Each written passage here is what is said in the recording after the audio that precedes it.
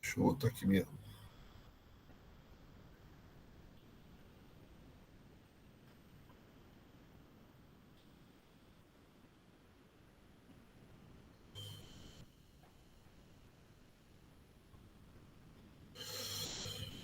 Bom, o que eu queria ver com vocês na aula de hoje é uma parte que estava no plano Collor, que a gente deixou de falar no plano, de dar mais detalhes no plano Collor, que é o Plano Nacional de Desestatização, que é a parte de privatização. Né? Na verdade, desde a aula passada, né, desde a aula de segunda-feira, a gente mudou um pouco o foco, né? Saiu dos planos de estabilização e entrou em uma coisa que está acontecendo ao mesmo tempo, principalmente a partir do Collor, que são as reformas institucionais dos anos 90, também conhecido como as reformas liberais dos anos 90. Na aula passada, a gente também saiu fora, certo? A gente abriu um parênteses nessas reformas e a gente olhou uma reforma que não foi nos anos 90, foi 2 anos antes, mas é uma reforma importante, que é a reforma constitucional. Né? Essa reforma da Constituição a gente não costuma, a gente dá muitas vezes pouca atenção, mas se a gente olhar o que, né, na verdade, você liga o jornal, a televisão e vai ver algum programa de jornalístico, né, uma boa parte das discussões que a gente vê hoje em dia são reformas constitucionais que estão sendo debatidas no Congresso, etc. Então, eu achei que valia a pena, antes de falar sobre privatização, etc., falar sobre uma outra mudança institucional importante que aconteceu nos anos, um pouquinho antes, né, em 88, que foi a nova Constituição de 88. E aí, a gente hoje, então, entra propriamente nas reformas liberais dos anos 90, né, com a privatização. De novo, vou tentar mostrar aqui, uma parte da privatização já se iniciou um pouco antes, já se tem alguma coisa nos anos 80, mas é nos anos 90 que efetivamente a privatização entra em cena como uma política pública, certo? Então, há uma política de privatização, o Plano Collor faz uma, né, usa o nome que e não é sem, né, sem algum grau de assim, é meio engraçadinho o nome, né? O PND, o Plano Nacional de Desestatização, no fundo é o nome que se contrapõe aos PNDs, aos Planos Nacionais de Desenvolvimento. A gente viu, por exemplo, o segundo PND foi o plano estatizante, né? Então, esse PND do Collor como desestatização, né?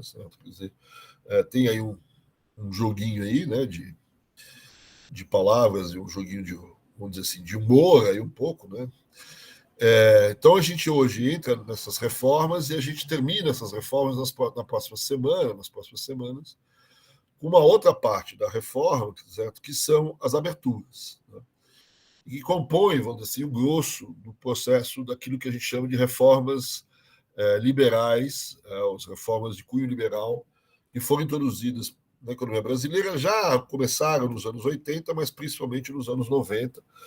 E na aula que eu falei, que eu dei sobre o Collor, tá certo? A gente disse que o Collor ele coloca essas reformas no debate político de maneira muito explícita durante a sua eleição, né?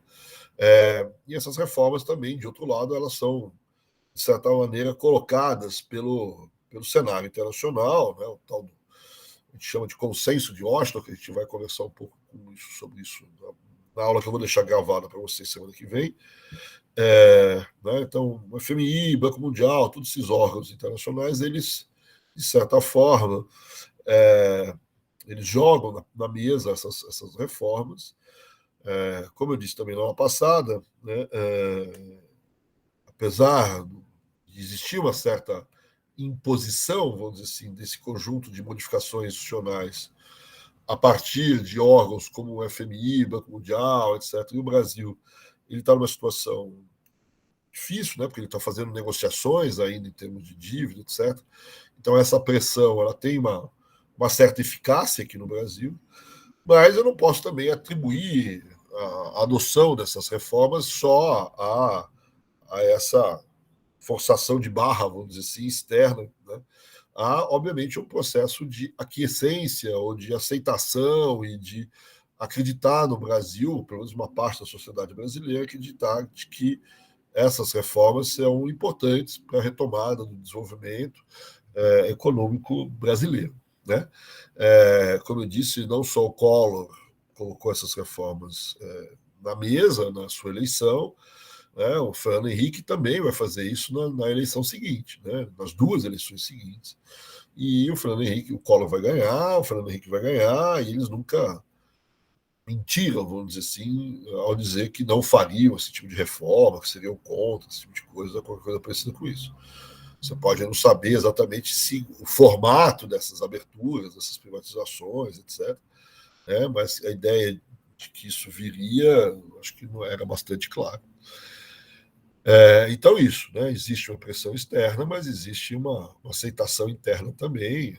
Os grupos políticos brasileiros, alguns se mobilizaram a favor dessas reformas. E a outra coisa importante em relação a essas reformas é que elas têm são uma espécie de um contraponto em relação à história brasileira.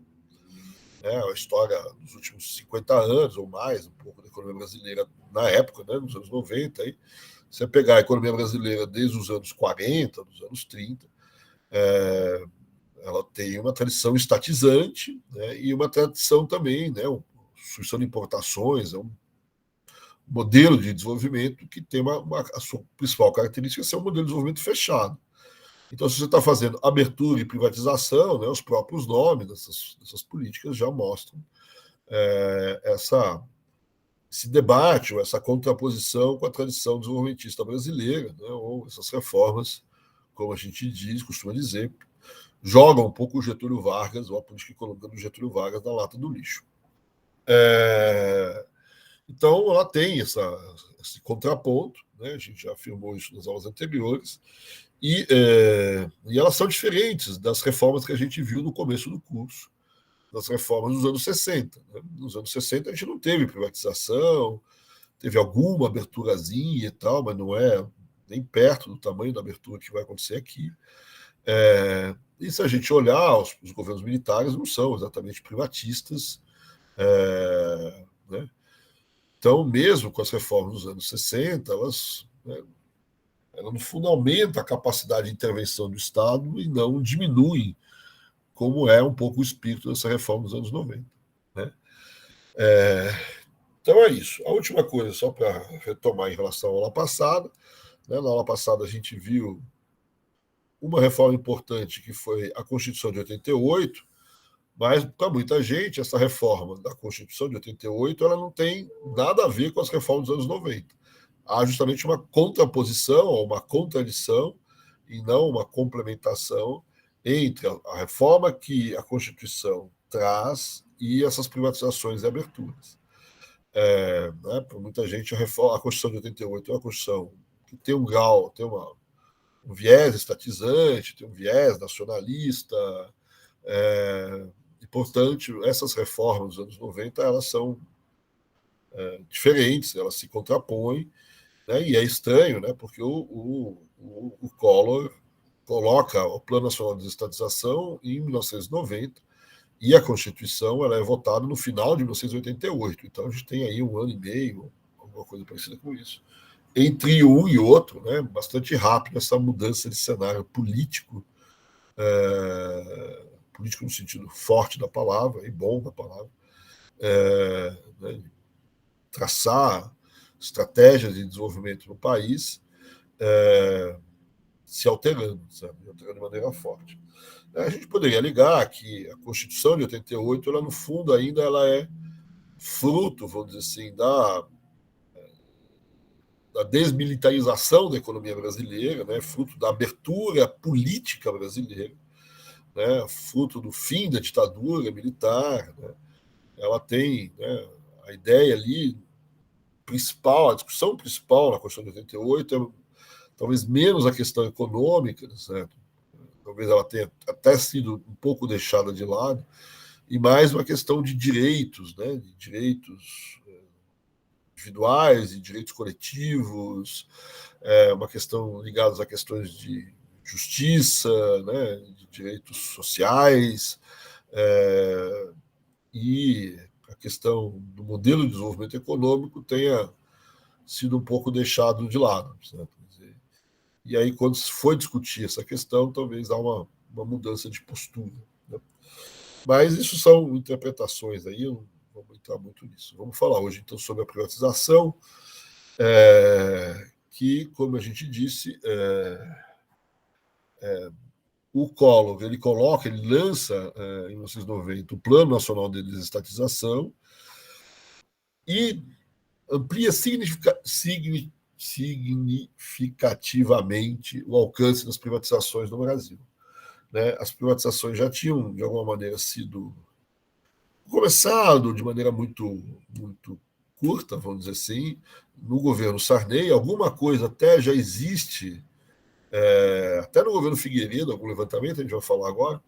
Né? Então, algumas privatizações já ocorreram, né? A gente chama essas privatizações antes do Collor de reprivatização, porque elas são privatizações que ocorreram em cima de algumas empresas que talvez o governo não queria ter privatizado, mas algumas empresas que acabaram caindo no colo do governo por conta da Receita, por conta do BNDES, enfim. Mas não havia um compromisso, uma política de desestatização muito forte, muito clara. Né? Mesmo que tenha, já no governo Figueiredo, o Ministério da Desestatização, né? Na verdade é o Ministério da Desburocratização, a questão da privatização, ela efetivamente ela toma, vamos dizer assim, uma dimensão maior, no sentido de você privatizar setores, empresas que foram voluntariamente estatizadas, certo? E aí, nesse sentido, ampliar o alcance da privatização no Brasil é uma diferença importante. E é uma diferença importante também, como eu disse, em relação à Constituição de 88, que, de certa forma, era estatizante. Né? Ela estabeleceu, a gente viu na aula passada, monopólios públicos em algumas atividades, né? Como as atividades de telecomunicações, de petróleo, distribuição de gás, cabotagem, transporte, enfim. Então, são todos. Quer dizer, o fato de ser monopólio público não quer dizer que empresas privadas não possam participar, mas você tem certos setores, né, eles são monopólios públicos reservados a empresas públicas, em outros setores são monopólios públicos onde a concessão, a atividade privada nesse setor só pode ser feita por concessão pública. Muitos setores ainda são assim, né? Telecomunicações ainda é assim, você ainda é o monopólio do setor público, né? Mas ele pode fazer as concessões ao setor privado. Né? Então, de qualquer maneira, o que importa aqui é que a partir dos anos 90 há uma predisposição muito maior do que havia, por exemplo, na Constituição, em prever setores privados agindo em setores que constitucionalmente ainda são públicos, certo? São atividades de monopólio público. Portanto, essas empresas privadas que vão participar das atividades consideradas públicas, elas são atividades que são concedidas ao setor privado a partir de licitações, a partir de algum arranjo jurídico. Né? Então, por exemplo, hoje em dia, você tem, sei lá, o setor de saneamento básico. Né? Saneamento básico é público, né? É um monopólio público. Né? Eu não posso sair por aí abrindo empresa para fornecer água para as pessoas. Mas tem empresas privadas que fornecem águas. Né? Tem empresas privadas, tem empresas públicas de capital misto, né? Cotadas em bolsa. A Sabesp hoje é cotada em bolsa. Você tem empresas públicas, privadas, que também, algumas cotadas em bolsa, as outras não, que atuam lá em vários municípios. E eu tenho também alguns lugares onde eu tenho autarquias municipais, ou autarquias públicas que fazem esses serviços públicos. Né? Ribeirão Preto, o Daerp é responsável por isso. O que se coloca a partir aqui dos anos 90 é ampliação, por exemplo, do setor privado nesses setores que são monopólios, nesses setores que são concessões públicas. E, por outro lado, o que você também tem, aí a privatização no sentido explícito da palavra, algumas empresas estatais que atuam em monopólios públicos ou não, certo? Quer dizer, então, por exemplo, a área de petroquímicas, certo? Não era um monopólio público, né? Na hora de fazer, sei lá, produtos de plástico, esse tipo de coisa, não era um monopólio público. E havia empresas estatais que faziam esse tipo de coisa. E aqui você tem, então, a privatização dessas empresas. Né? Então, quando a gente fala de privatização, muitas vezes a gente envolve essas duas coisas. A privatização em si, né, que são empresas estatais que são privatizadas, né, que passam a ser empresas privadas. Às vezes, com o governo podendo ter uma participação acionária, mas não tem mais o controle acionário dessas empresas. Então, isso é privatização no sentido mais técnico da palavra. Né? Agora, a gente muitas vezes envolve no conceito de privatização uma coisa que não é exatamente uma privatização, mas que é a ampliação de empresas privadas assumindo certas concessões públicas. Então, as estradas são concessões públicas. Né? E aí eu tenho as empresas privadas que operam as estradas, às vezes constrói, às vezes só opera, enfim, tem vários tipos de contratos aí que são feitos. Então é empresa privada, mas aqui é uma concessão, né? Que a gente, muitas vezes, quando a gente fala, por exemplo, que no Brasil essa privatização teve aí 100 bilhões de dólares de privatização, muitas vezes eu estou misturando essas duas coisas. Né? Tem algumas situações onde essa mistura é cabível, vamos dizer assim. Então, você tem uma concessão pública na área de telefonia, né, que era até então exercida por uma empresa pública, né, a Telebrás, ou a Telesp, vamos dizer, em São Paulo, e agora a Telesp foi vendida. Então, eu tive a privatização da Telesp para uma empresa privada, né? Mas note que essa empresa privada ela comprou a Telesp e, ao mesmo tempo, ela conseguiu ficar com a concessão pública de fornecimento de serviços de telefonia, etc. Né? Então, na privatização, eu tenho a privatização de empresas estatais que concorriam com atividades privadas normais, né? A CSN, a Vale do Rio Doce, né? São empresas privadas, empresas públicas que foram privatizadas. É óbvio que a Vale, para poder operar um determinado minério, precisa de uma outorga para poder tirar o minério do solo, etc. Mas a mineração não é uma coisa reservada exclusivamente ao setor público e que o setor privado só pode entrar por concessão. Né? Coisa que o petróleo é. Certo? Quer dizer, então, você tem privatizações normais. Aí você tem privatizações de empresas públicas que atuam em áreas de concessões privadas. Né? Então, essa empresa vai ser privatizada e ela vai operar uma concessão privada. Praticamente todo o setor de telecomunicações, de energia, de saneamento, etc. E você tem novas concessões públicas que foram abertas. Né? Aqui você não tem privatização porque você não tinha empresa antes. Né? Então não existia ninguém antes na banda B ou na banda C da telecomunicações. Não existia nem a banda, né, certo? Então você abriu essa banda, é uma concessão pública, e você permitiu que empresas privadas concorressem para ofertar esses serviços de serviços que são públicos, né, que são monopólios públicos. Então, a gente tem que tomar cuidado aqui, às vezes, com o termo privatização, desestatização, o que a gente está incluindo nele, o que a gente não está incluindo. Então, às vezes, vocês veem diferentes números para determinadas coisas, então, às vezes, eles só estão incluindo essas empresas que eram públicas, que se tornaram privadas, independente se são empresas que atuam em setores de infraestrutura e saneamento, infraestrutura, e, portanto, são empresas que atuam em áreas reservadas ao setor público, que só podem usar O setor privado só entra a partir de concessões. E privatizações podem incluir também as empresas públicas que atuavam em setores, por exemplo, de insumos, certo? Petroquímica, fertilizantes.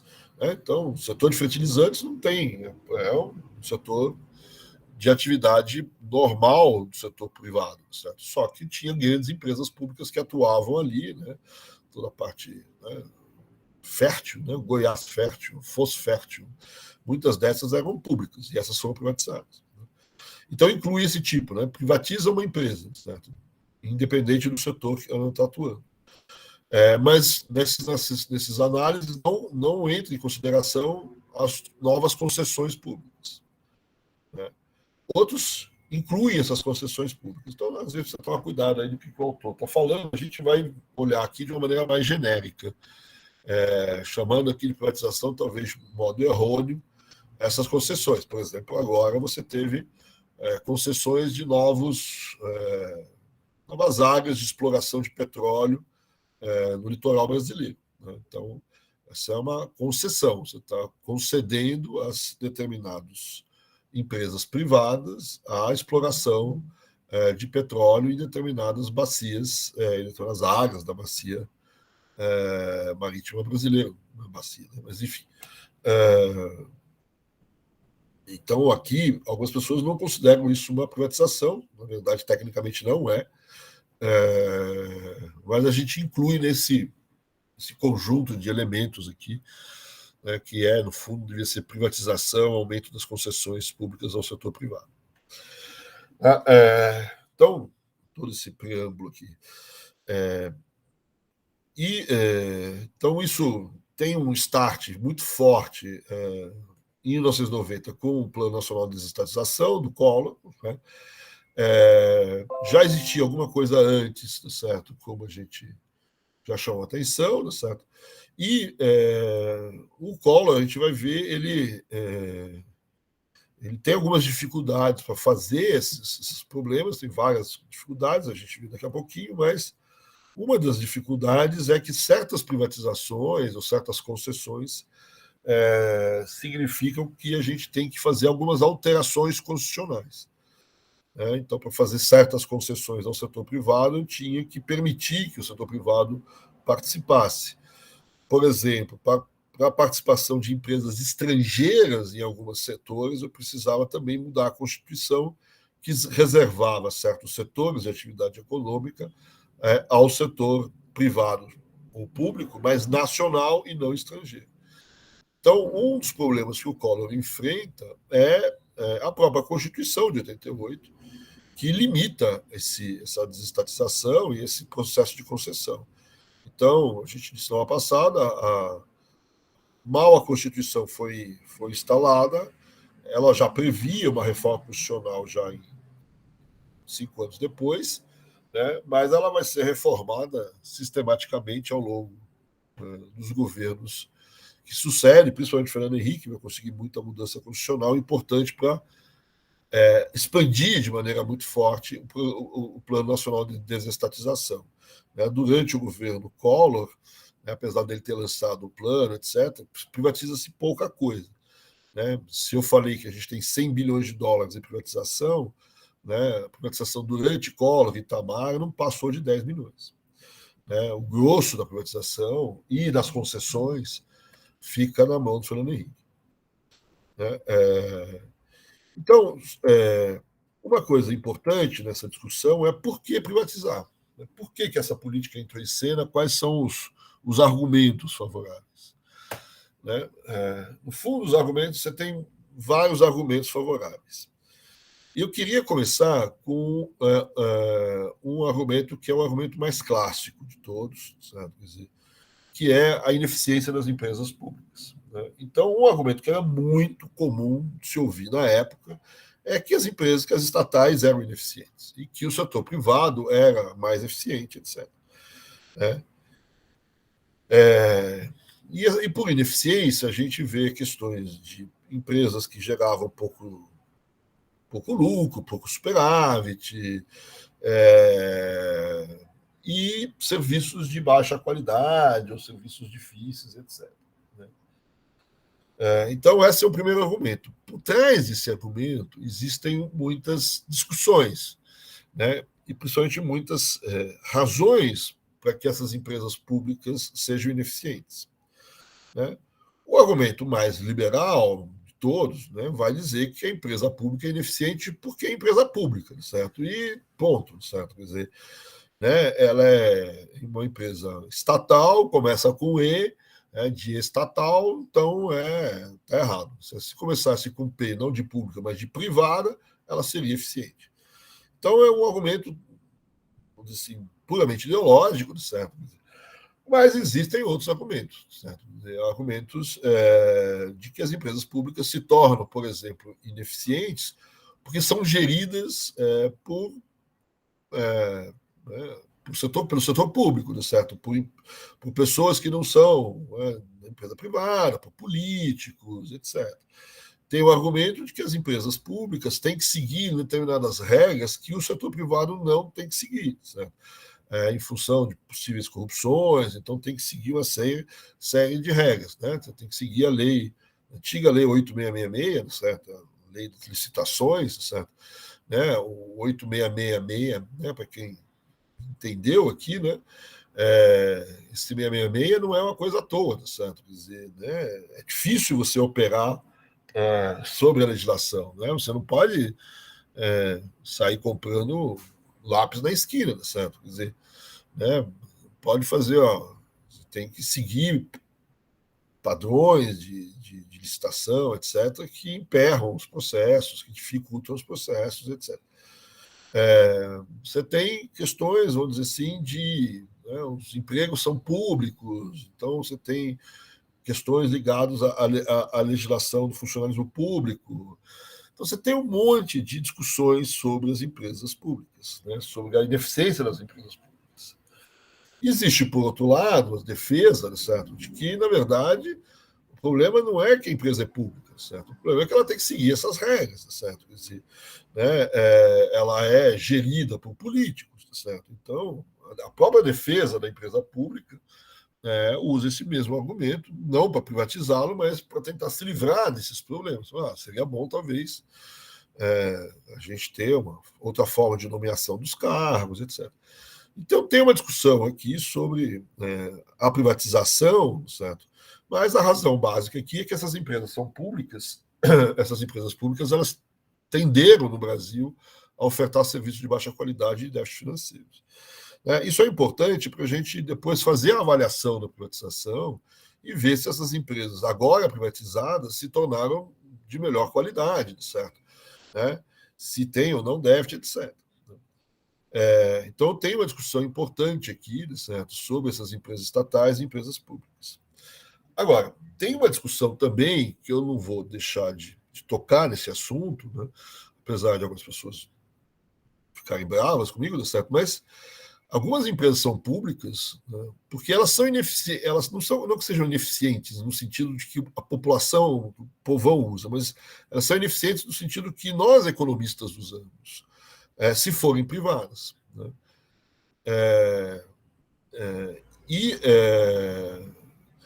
Elas são públicas, certo? Porque se fossem privadas, elas trabalhariam como se fosse um monopólio natural.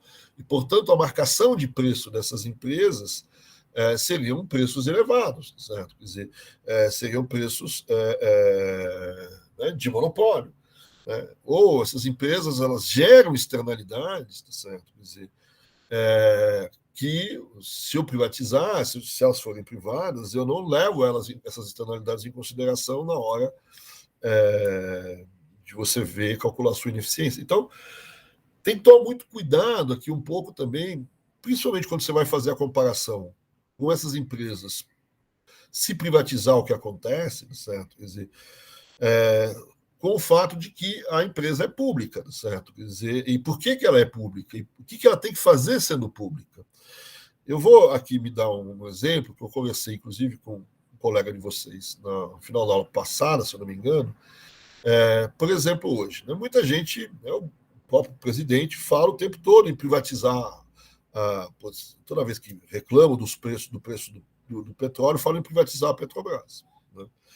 Né? Então, o que, no fundo, a Petrobras está defendendo quando ela aumenta os seus preços é que ela tem que funcionar como se fosse uma empresa privada, certo? Para ela apresentar resultados, certo? Que mostra a eficiência dela enquanto empresa. Né? Então, ela é uma empresa. Se ela fosse uma empresa privada, ela faria essa política de repasse dos preços, dos seus custos para os preços da gasolina, do petróleo, etc. Né? E isso mantém a lucratividade dessa empresa, mantém o valor dos dividendos dos acionistas, etc. etc. Né? O que muita gente vai defender, por exemplo, que a Petrobras, o que a Petrobras devia fazer agora? Devia fazer o que fez, talvez, ali no governo Dilma, certo? Quer dizer, devia represar um pouco esses aumentos, porque os preços são muito altos. Né? Afinal, ela é uma empresa monopolista no mercado, de certa forma monopolista, oligopolista, pelo menos, no mercado brasileiro. Né? Então, esses preços, na verdade, que ela está praticando enquanto empresa privada são empresas, são preços, no fundo, de monopólio, né? E o governo devia regular esses preços, devia impedir que ela aumentasse esses preços.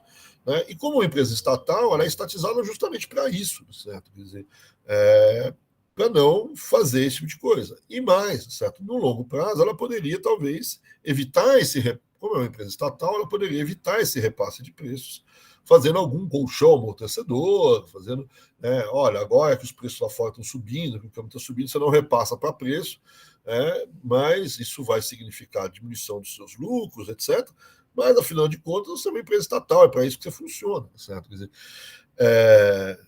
então, a gente tem que tomar cuidado quando a gente fala da ineficiência das empresas estatais, porque talvez elas estejam exercendo um papel justamente reservado a uma empresa estatal. Né? Um papel de, por exemplo, não fazer práticas de preços monopólicos, certo? De evitar preços, vamos dizer assim, que são considerados preços que pressionam a inflação. Então, a empresa estatal pode fazer isso, certo? E talvez seja essa a função dela, certo? Quer dizer, mas isso vai torná-la ineficiente, a lucratividade dela é menor. De fato, certo? Quer dizer, e é por isso que ela é estatal, certo? Quer dizer, se ela fosse privada, ela não faria isso, certo? No caso da Petrobras, tem um senão, que a gente já disse, ela é uma empresa mista. Né? Então, eu tenho a remuneração dos acionistas. E os acionistas não são só o governo, tem os acionistas minoritários. Né? Então, provavelmente, os acionistas minoritários vão reclamar se ela, por exemplo, diminuir a sua lucratividade, não fizer uma política de preços adequada ao seu lucro. Certo? Quer dizer, eu só estou chamando a atenção, quer dizer, que às vezes a gente julga uma empresa estatal, né, como ineficiente, mas na verdade ela não é ineficiente, certo? Ela está corrigindo uma ineficiência que o mercado teria, por exemplo, de prática de preços de monopólio. Né? Por exemplo, o mercado não faria certos investimentos porque são investimentos não rentáveis, certo? Quer dizer, então essa empresa não vai fazer esse investimento porque não é rentável botar uma linha telefônica no meio do Monte Roraima, certo? Porque não tem ninguém lá, certo? Quer dizer, mas precisa ter, tal. Agora mudou, mas então aí você julga a empresa que faz isso, certo? Por quê? Porque ela fez isso porque é uma empresa estatal, porque o governo acha que tem que ter uma linha telefônica ali em cima, certo? Porque vai que um alpinista precisa, certo? Quer dizer, então, mas isso é uma decisão pública, mas isso torna a empresa ineficiente, certo? Quer dizer, não é que ela é ineficiente, ela está, dado uma posição que se força a essa estatal a fazer certas coisas.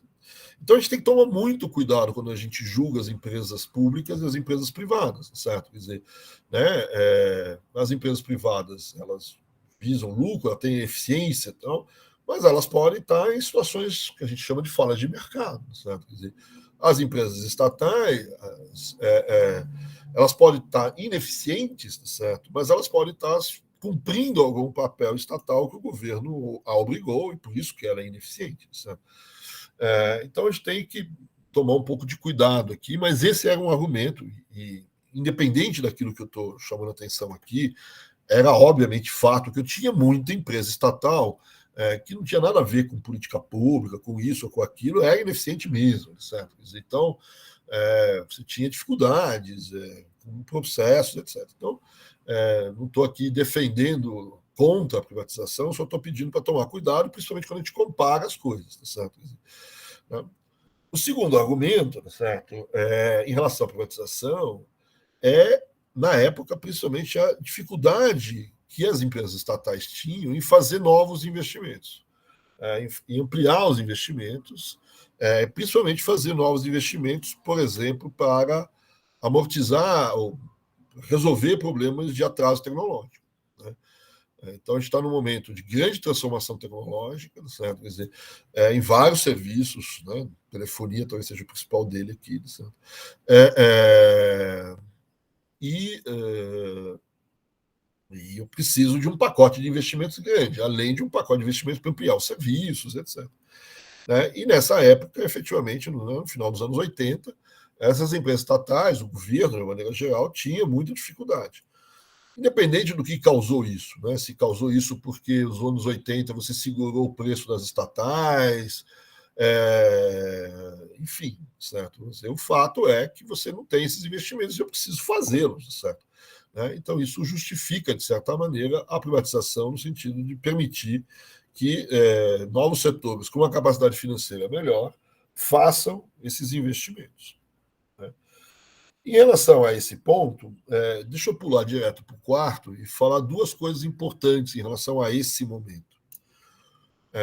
Uma coisa importante nesse momento é essa transformação do ponto de vista tecnológico, né? Essa mudança no quadro tecnológico.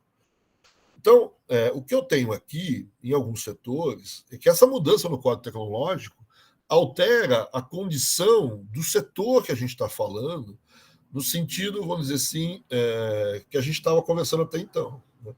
Era muito claro, no período anterior, né, até mais ou menos nos anos 60, 70, 80, certo? Que o setor de telecomunicações era um setor que tende a monopólio natural.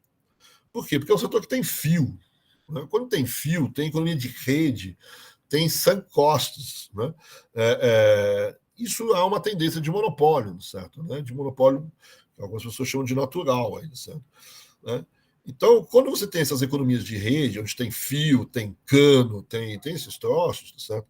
Há uma tendência de monopólio e o mundo todo, certo? Talvez com a grande exceção dos Estados Unidos, mas o mundo todo, a Europa inteira, estatizou esse serviço. Né? Tanto de transmissão de energia, como de transmissão de telefonia, de telecomunicações, né? Como de saneamento, etc. Ela estatiza esses setores. Né? Porque são setores que tendem a monopólio, certo? Quer dizer, então, o que você pode fazer também é como os Estados Unidos, que você não estatizou, mas você fez uma regulação infernal na área, certo? Quer dizer, né, a AT&T dos Estados Unidos é submetida a um grau de regulação, certo, enorme, justamente para evitar essas práticas de preços abusivos, etc. Né? Mesmo quando você tem concessões privadas nesses setores, certo? Os contratos de concessão são extremamente complexos, tá certo? Também para evitar. Então, há uma intervenção estatal, seja na regulação, seja diretamente na empresa estatal, em função dessas economias. Agora, o que acontece nos anos 80 no setor de telecomunicações? Parece essa coisa meio diabólica que a gente existe hoje, certo? Eu não sei como é que eu consigo falar com vocês aqui sem um fio que liga eu e vocês, né?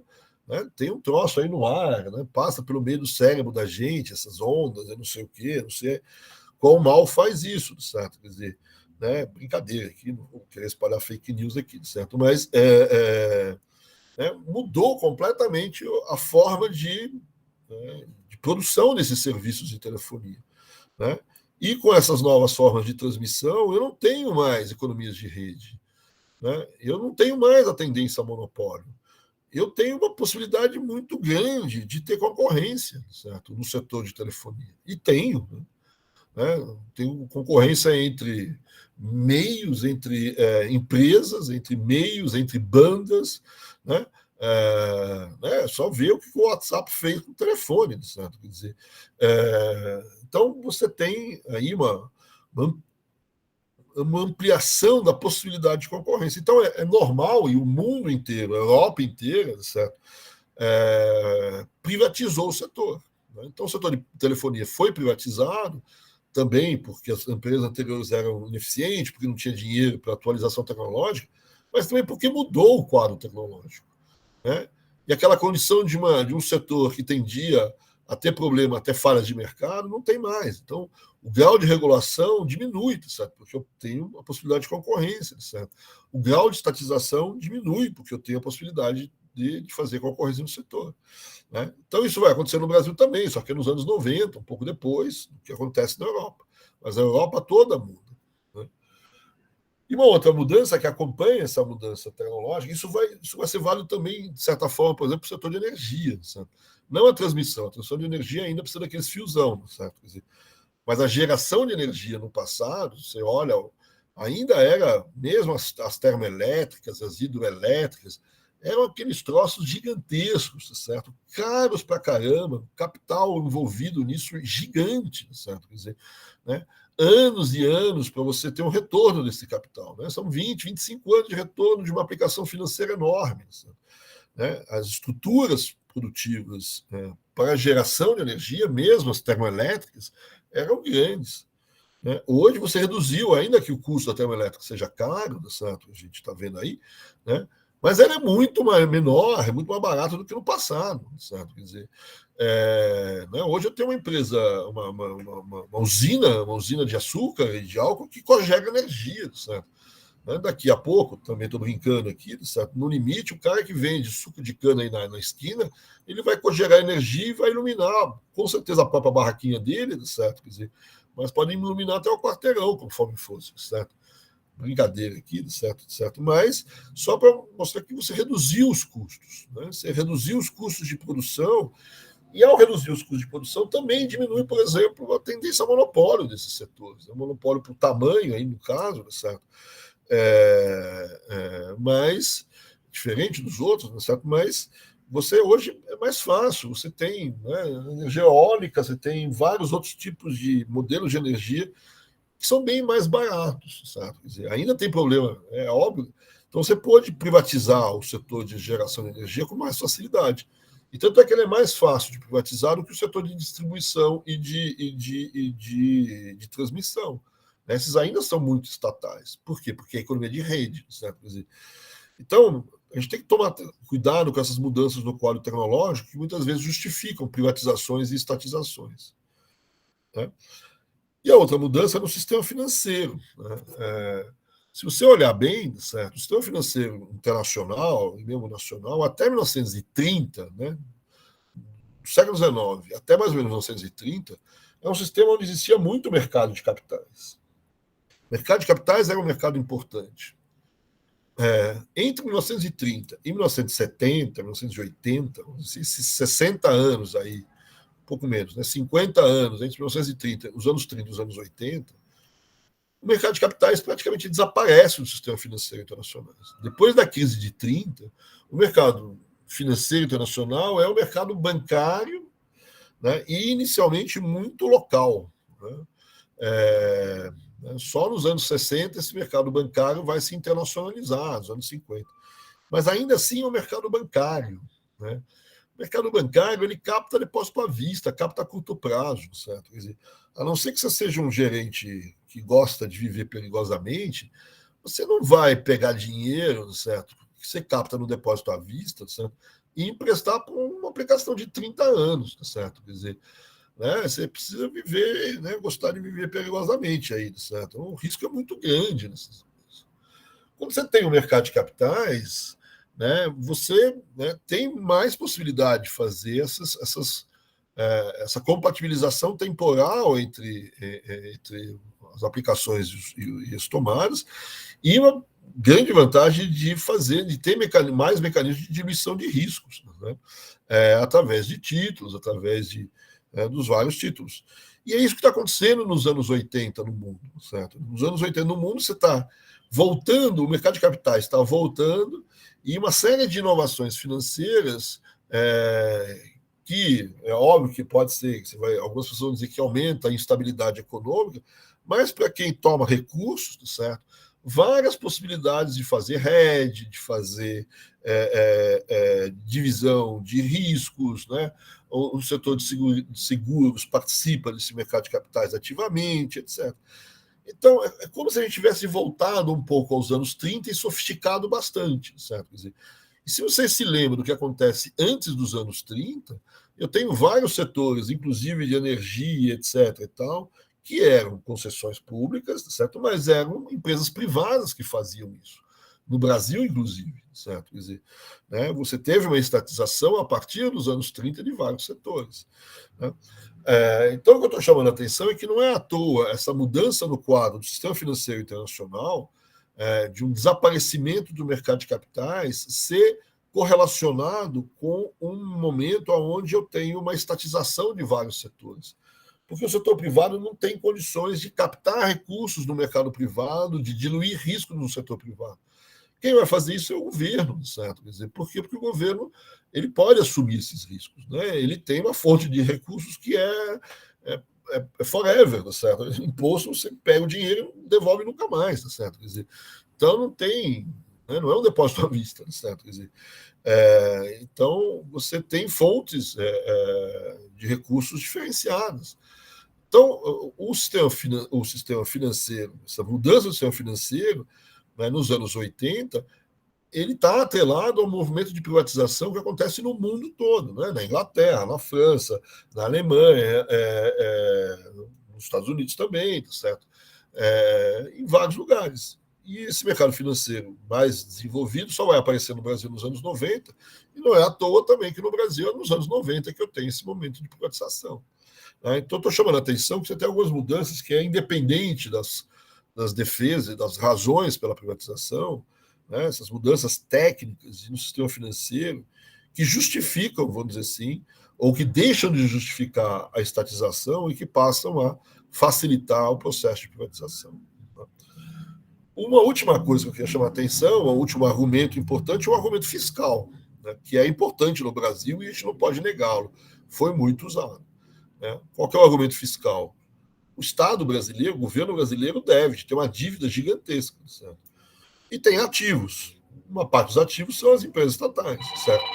Esses ativos, então, vamos dizer assim, a gente vai ter que dar um jeito, né, de usar esses ativos para bater os passivos. Né? Ou preciso gerar receitas para bater certa parte da dívida, certo? E essas receitas vêm das privatizações. Então, vende um pedaço, né? Vende as estatais e depois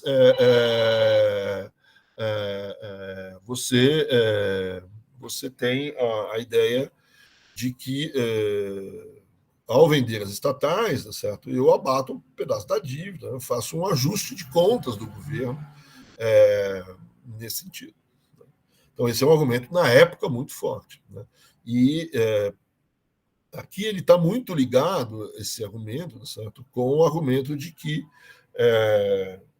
para a estabilização brasileira, né, para o próprio processo de inflação, para resolver o problema de inflação, eu preciso resolver a questão fiscal. E uma das formas de resolver a questão fiscal é a privatização. Então, não é à toa que a privatização está no plano Collor. Certo? Ela está no plano Collor por conta dessas razões todas, mas também pela questão da estabilização econômica. A solução da questão fiscal e a solução da questão econômica. Né? Você pode até também dizer que você tem uma outra ligação entre a privatização e a questão da inflação. Se efetivamente as empresas públicas privatizadas são mais eficientes, né, os preços vão ser mais seguros, etc. Mas, por outro lado, um formador de preço aí na minha mão. Né? De qualquer maneira, essas são um pouco as razões que a gente tem por trás da privatização. Né? E aí eu tenho as fases da privatização, que não vou entrar em grandes detalhes, tá certo? A gente já conversou um pouco sobre isso, mas a gente tem esse período anterior, que a gente chama de reprivatização, depois a gente tem um período, que é o período do Collor, da privatização, do Plano Nacional de Desestatização. E aí, normalmente, as pessoas dividem esse Plano Nacional de Desestatização em duas fases. Uma primeira fase, que envolve basicamente o governo Collor, onde a participação do capital estrangeiro está ou vedada ou ela é muito difícil. Né? ela está vedada porque são setores onde é proibido constitucionalmente a entrada do capital estrangeiro, né? Ou eu tenho problemas de acesso ao sistema financeiro internacional ainda. Né? E eu tenho uma segunda fase, certo? Onde o capital estrangeiro é forte partícipe. Né?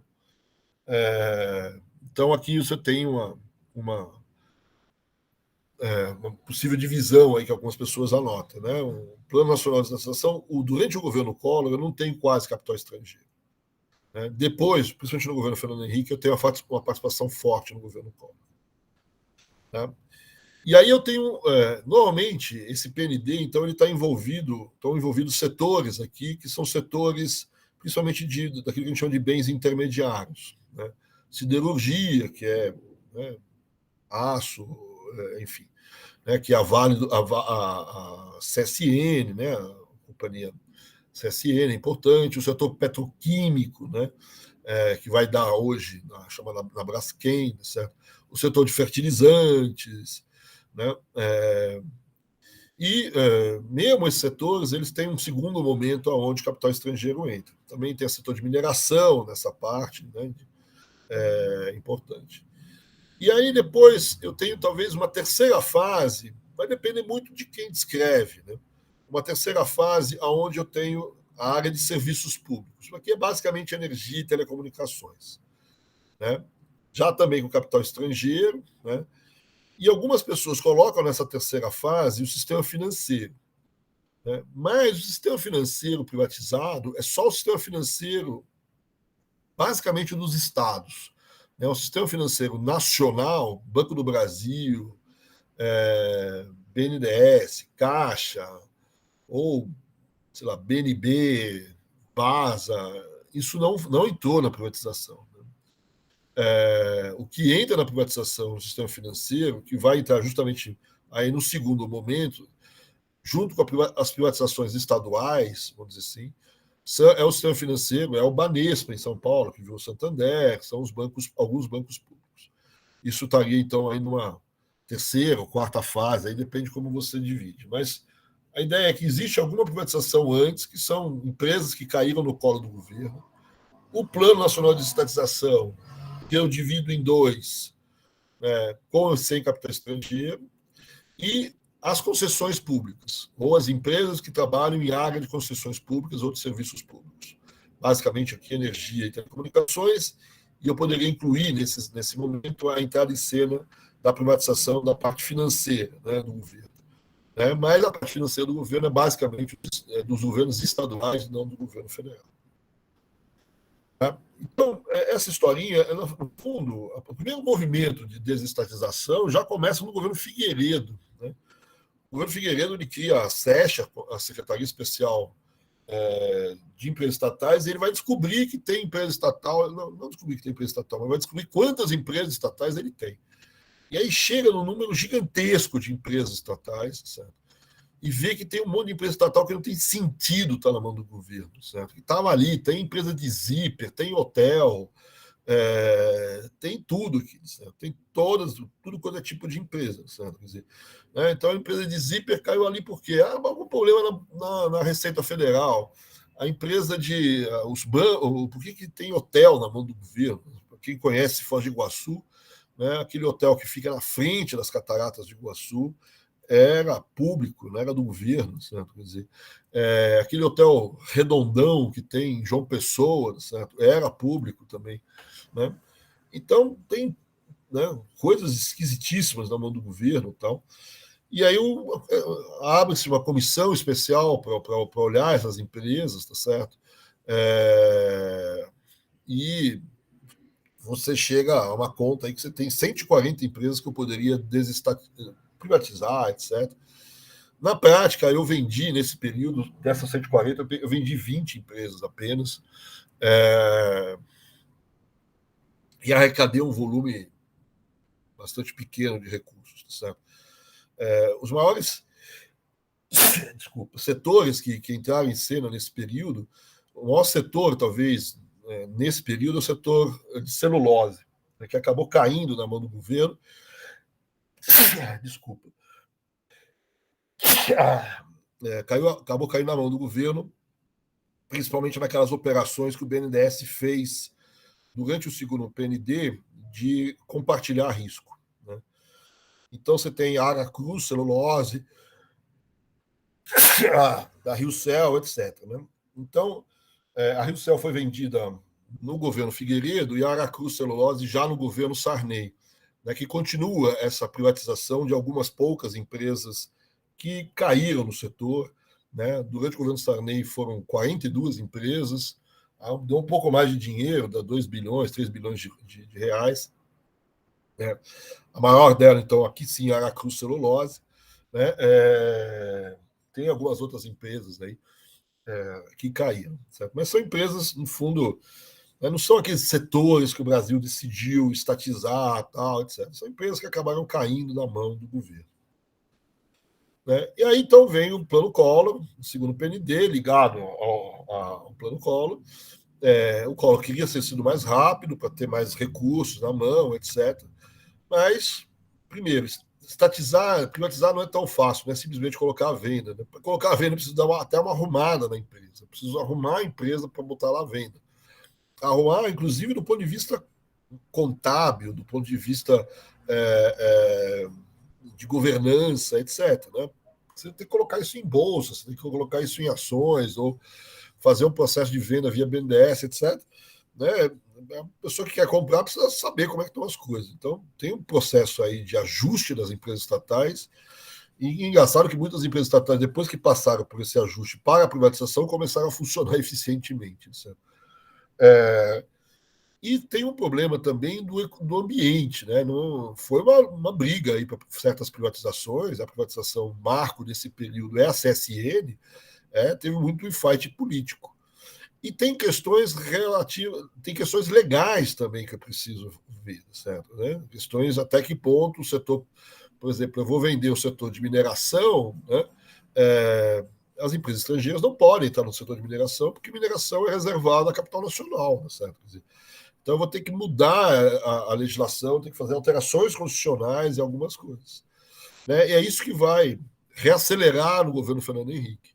Porque o governo Fernando Henrique teve mais cacife político para fazer essas mudanças constitucionais.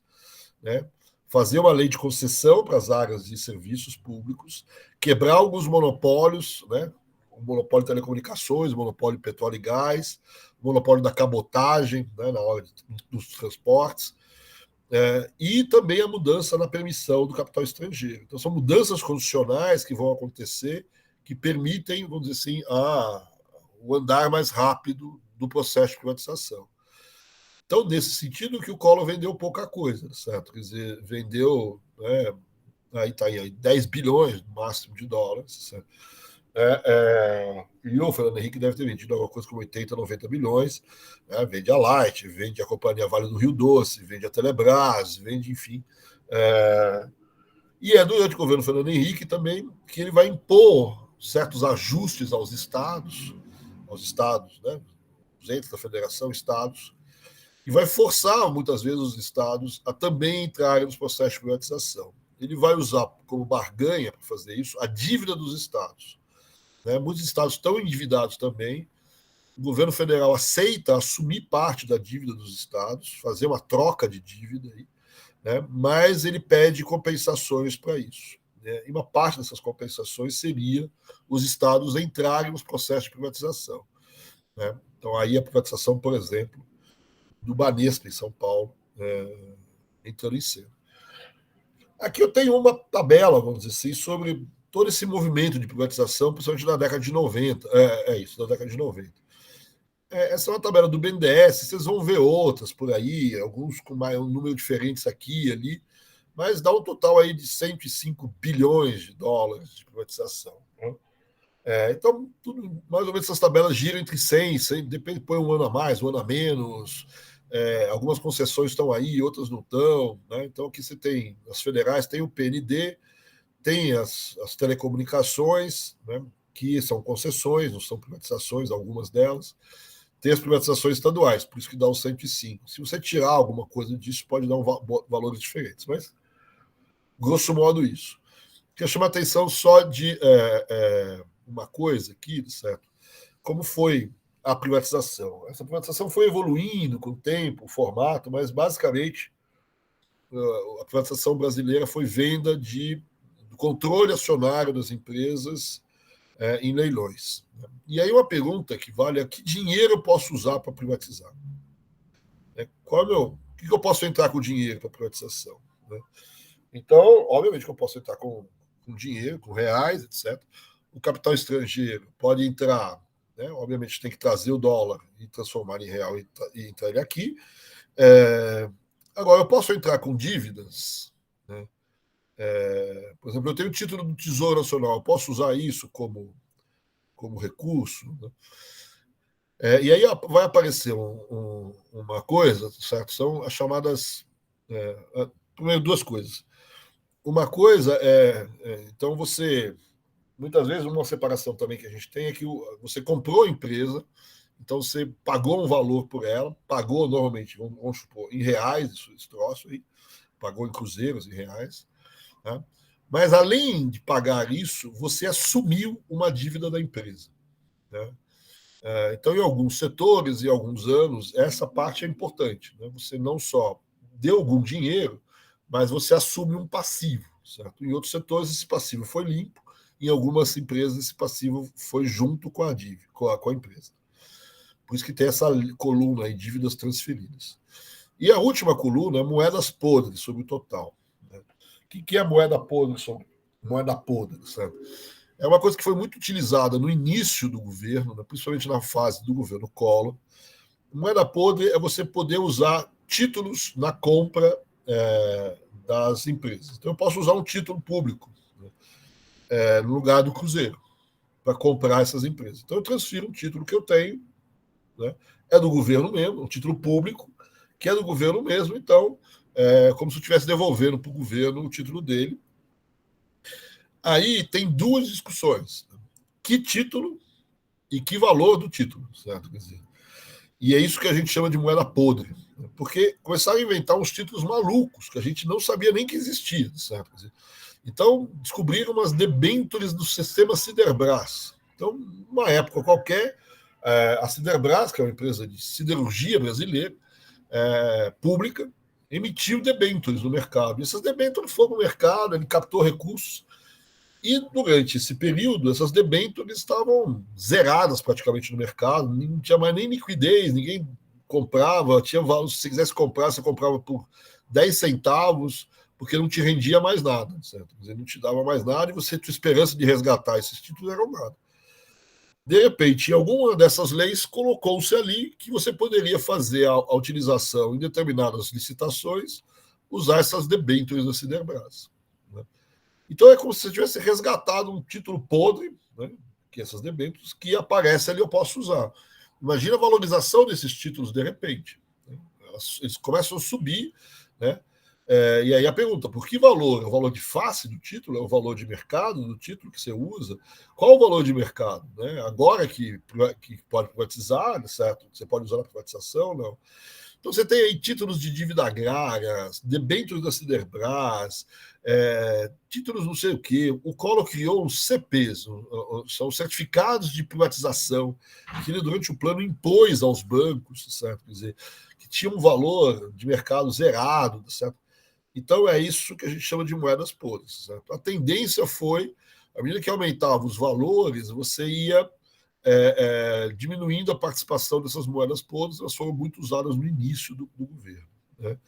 Depois diminuíram. Mas tem uma discussão sobre isso e tem muita crítica a isso, que aí tem sacanagem de gente que valorizou títulos que estavam em carteira, enfim.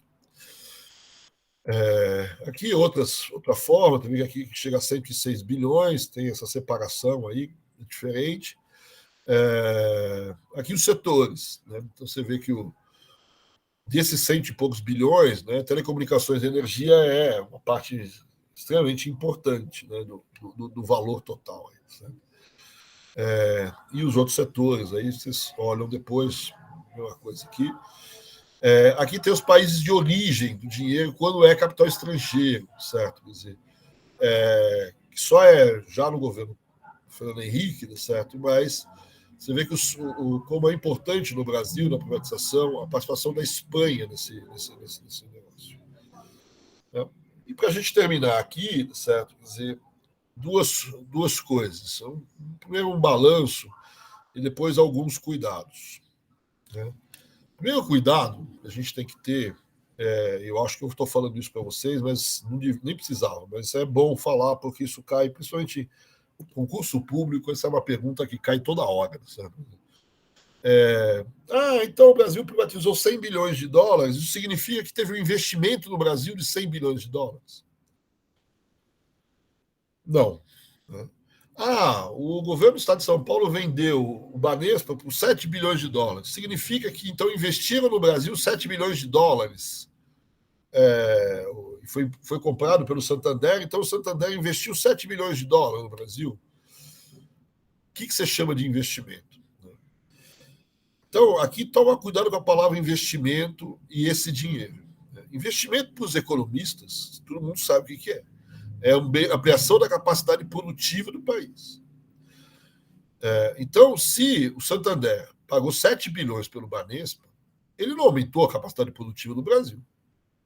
Ele simplesmente transferiu quem é o dono do Banespa. Agora o Banespa passa a ser, deixou de ser do governo do estado de São Paulo e passou a ser do Santander. Nessa operação em si, não tem investimento nenhum, só tem uma mudança de dono. Se o governo do estado de São Paulo pegou esses 7 bilhões de dólares e construiu escolas, estradas, e fez investimento, aí tudo bem. Agora, se ele pegou esses 7 bilhões de dólares, né, e pagou funcionalismo público, certo? Quer dizer, o funcionalismo público pode estar feliz, pode estar recebendo em dia, tal, mas não é investimento. Né? Se o Santander, no dia seguinte, que ele pagou 7 bilhões, ele pegou mais 1 bilhão e botou para melhorar o parque tecnológico do Banespa, refazer o parque tecnológico, aí sim eu tenho investimento, porque aí eu tenho um parque tecnológico novo, isso sim aumenta a capacidade produtiva. Então, note que a privatização não é diretamente investimento. Ela pode ser que uma parte desses 100 bilhões tenham a ver com novos investimentos, com novas produções, mas com certeza uma parte desses 100 bilhões não é investimento. Mesmo aquela parte que entrou no Brasil via investimento estrangeiro direto, também é um problema, porque no balanço de pagamento, investimento estrangeiro direto é o dinheiro que entra aqui para você ser dono de empresa. O dinheiro que entra aqui, o dinheiro do Santander que entrou para comprar o Banespa, entrou no balanço de pagamentos como IED, investimento estrangeiro direto, participação intercompanhia, ou alguma coisa parecida com isso. Agora, isso não significa, certo, que você investiu no sentido econômico da palavra. Você pode ter tido um investimento para o Santander, ele investiu no Brasil, mas investimento no sentido financeiro, aí, no sentido contábil, talvez, no sentido qualquer coisa, mas não no sentido econômico da palavra, no sentido de que aumentou a capacidade produtiva. Então tem que tomar muito cuidado, essa é uma pegada. Se a privatização significou novos investimentos. Pode até ter significado, né? Mas eu não quero dizer que o dinheiro da privatização em si, todo ele, foi investimento. Né? Foi troca de quem é dono, certo? Quer dizer, o que se fez com o dinheiro aí é outra coisa. E aí essa é a primeira pergunta, o que se fez com o dinheiro, certo? Quer dizer, esse dinheiro todo, certo? Quer dizer, quando você olha as contas públicas do governo Fernando Henrique, no primeiro governo Fernando Henrique, as contas não são boas. Certo? A dívida sobe, o déficit público aumenta. O segundo governo já é diferente, mas o primeiro é ruim. Certo? Então, muita gente duvida da importância fiscal da privatização. Bom, vendeu 100 bilhões de dólares e continua, a dívida subiu, etc. A resposta para isso pode ser de duas ordens. Primeiro, imagina se não tivesse vendido, qual seria o tamanho da dívida? Né? Qual seria o tamanho do buraco? Né? A segunda é limitar, de fato, a importância macroeconômica da privatização, dizendo que o ambiente macroeconômico é de um déficit de tal ordem que a privatização quase que some nesse processo, né? Mas que ela tem alguma importância, e ressaltar que alguns mecanismos, que a privatização talvez ela poderia ter arrecadado mais ou menos, certo? Mas, por exemplo, ela tem algumas fugas, essas moedas podres, BNDES emprestou muito dinheiro, certo? Eu tenho participação de outras empresas estatais nesse processo, então, por exemplo, o setor petroquímico, a Petrobras participa desse dinheiro, então, liquidamente, talvez não tenha sobrado tanto dinheiro quanto que a gente imaginava. Essa é uma discussão importante. Outras discussões, né, além dos efeitos fiscais, tal, né, as novas empresas privatizadas, né, qual a eficiência dela, qual é o desempenho dela. Né? Então, aqui tem uma enorme discussão. Eu deixei até um texto para vocês de um professor da casa, do Chico Anuati, junto com o Milton, sobre esse assunto. Tal. Eles têm uma posição particular deles, não vou discutir. Né? Eu só lembraria para tomar cuidado na hora de fazer comparação com a empresa estatal. Né? Ela está sujeita a regras, etc. E ela está sujeita a políticas públicas porque é uma empresa estatal. Certo? Quer dizer, depois que ela é privatizada, não está mais sujeito a isso. Né? Mas essas eram as críticas, né? E essa é uma discussão importante, interessante. Certo? Uma outra discussão importante aqui, certo? São duas, certo? Vários desses setores são setores que, mesmo com a privatização, exigiam uma certa regulação do setor, né, para a própria privatização. E aí a pergunta é, até onde você não privatizou de modo açoitado, vamos dizer, muito rápido, sem que o marco legal para o setor tenha sido bem estabelecido. Essa é uma crítica muito forte, por exemplo, no setor de energia.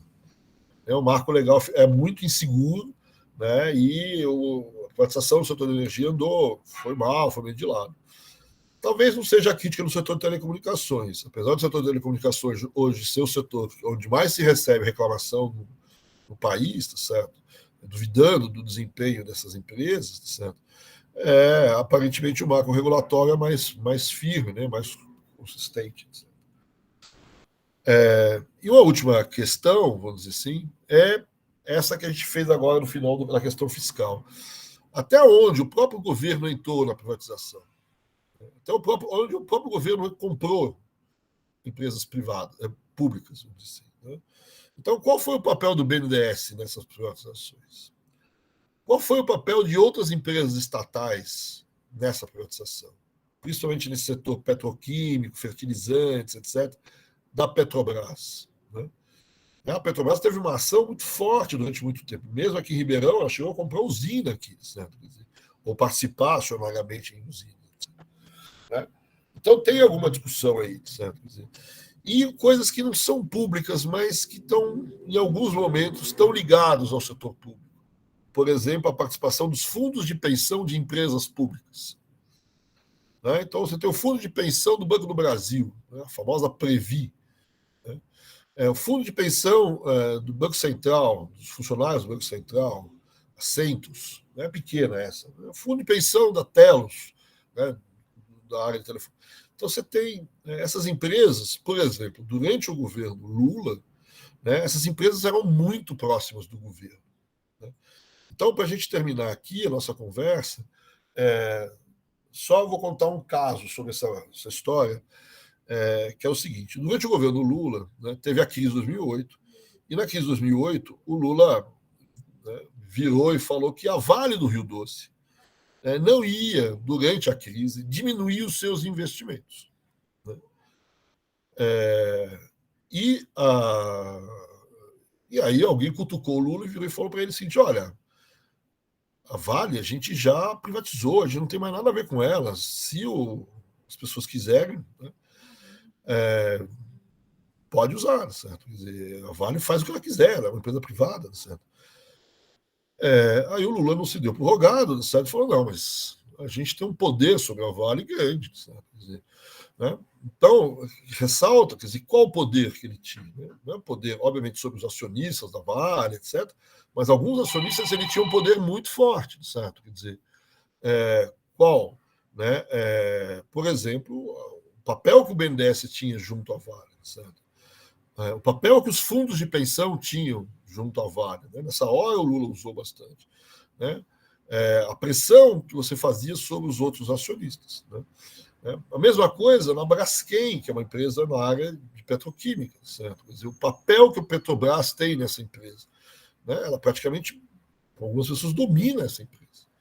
Né? Então, algumas pessoas, tem vários textos mostrando um pouco que que há ainda uma possibilidade, ou o governo ainda tem muito poder de pressão sobre várias dessas empresas, certo? Quer dizer, e o Agnelli não caiu da Vale à toa, certo? Quer dizer, naquela época.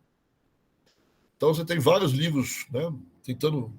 Essa coisa do público e do privado não é tão estanque aqui, essa separação, certo? Quer dizer, eu tenho empresas privadas, mas que o governo, de alguma forma, tem formas bastante eficazes de pressionar para fazer algumas coisas, apesar da empresa continuar sendo privada, certo? Quer dizer, via outras empresas estatais, via os bancos públicos, e, enfim, via uma série de mecanismos, né? Então, algumas pessoas chegam a dizer que a gente teve uma privatização grande, 105 bilhões, mas o governo ainda manteve sobre certos setores algum poder de pressão bastante grande, né? Mas essa é uma discussão ainda que a gente ainda vai voltar a ela mais para frente. Então é isso que eu queria conversar com vocês hoje nessa aula, né? De novo, eu me estendi no prazo aqui.